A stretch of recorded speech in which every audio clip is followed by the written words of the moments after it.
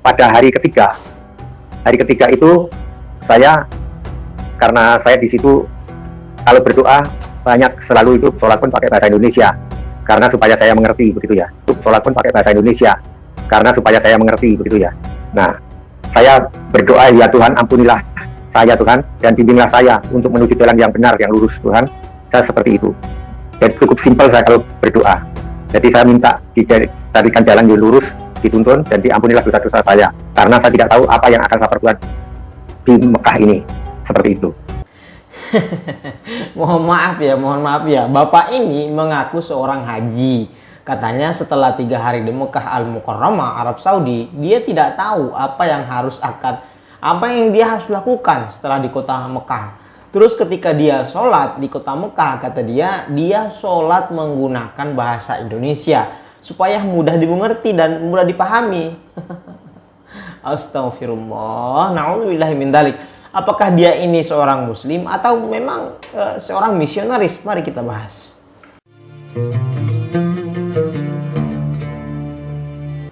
Assalamualaikum warahmatullahi wabarakatuh. Jumpa lagi dengan saya Sukmahadi Al-Mandari. Ikhwafillah yang insya Allah dimuliakan oleh Allah Subhanahu wa Ta'ala. Saya ucapkan terima kasih banyak kepada seluruh subscriber. Dan untuk sahabat dakwah yang baru bergabung, jangan lupa tekan tombol like, share, dan subscribe agar selalu mendapatkan konten dakwah terbaru dari kami. Ikhwafillah, kembali kami kabarkan ini ada seseorang ya yang mengaku sebagai seorang muslim dan juga katanya dia murtad. Ya, dia mengaku sebagai seorang haji, katanya dia dulu pernah haji ya. Setelah 3 hari di kota Mekah, dia tidak tahu apa yang harus dia kerjakan di Mekah. Padahal kalau Anda ke kota Mekah, yang kita lakukan adalah beribadah kepada Allah Subhanahu wa Ta'ala, itu sudah jelas.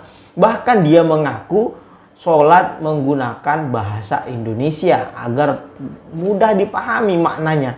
Lah, kalau misalkan tidak paham bahasa Arab ya belajar. Kemudian bacaan sholat itu pelajari, kan sekarang banyak terjemahan ya.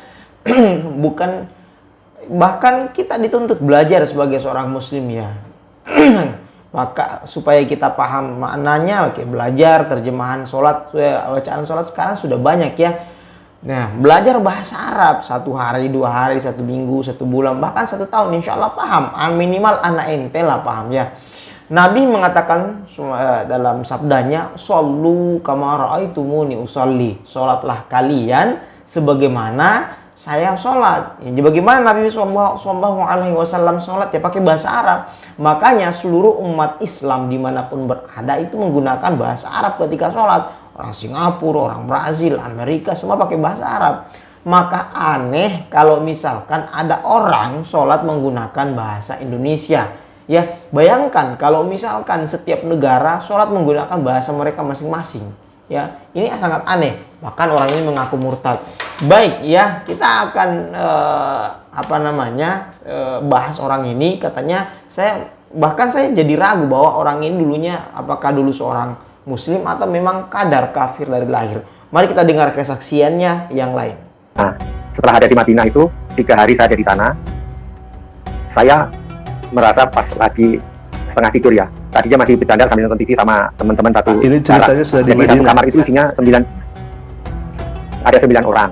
Jadi waktu itu pas habis kita ngobrol-ngobrol, nonton TV begitu ya. Terus semuanya udah kira-kira jam 11, jam 12 gitu ya, itu pada tidur. Nah, saya mau tidur itu kok mendengarkan suara audible lah gitu ya.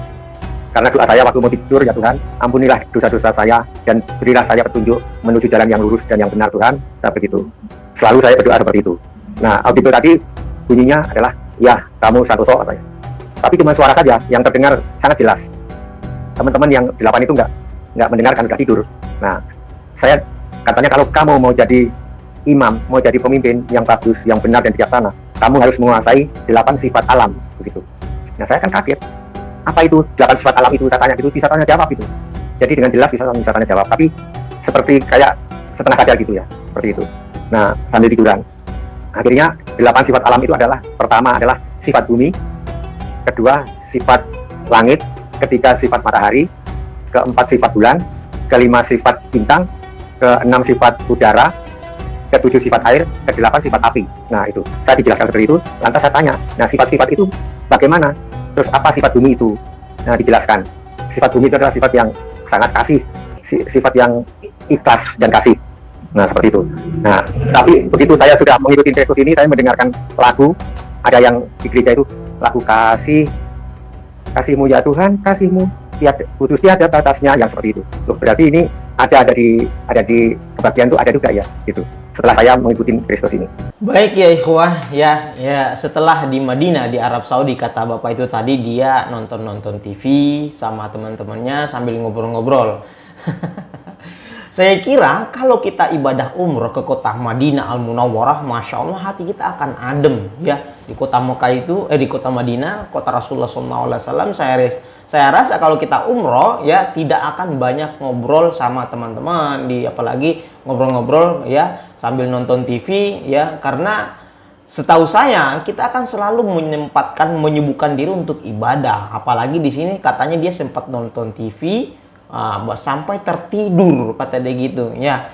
Kalau nonton TV boleh sesaat, tapi kalau nonton sampai tertidur lahap itu lucu menurut saya ya. Terus katanya tadi dia dikasih 8 unsur sifat, katanya itu lucu sekali ya. Kalau Anda mencermati 8 unsur itu, rasa-rasanya Anda harus masuk ke agama Hindu, bukan ke agama Kristen ya. Lucu juga ya.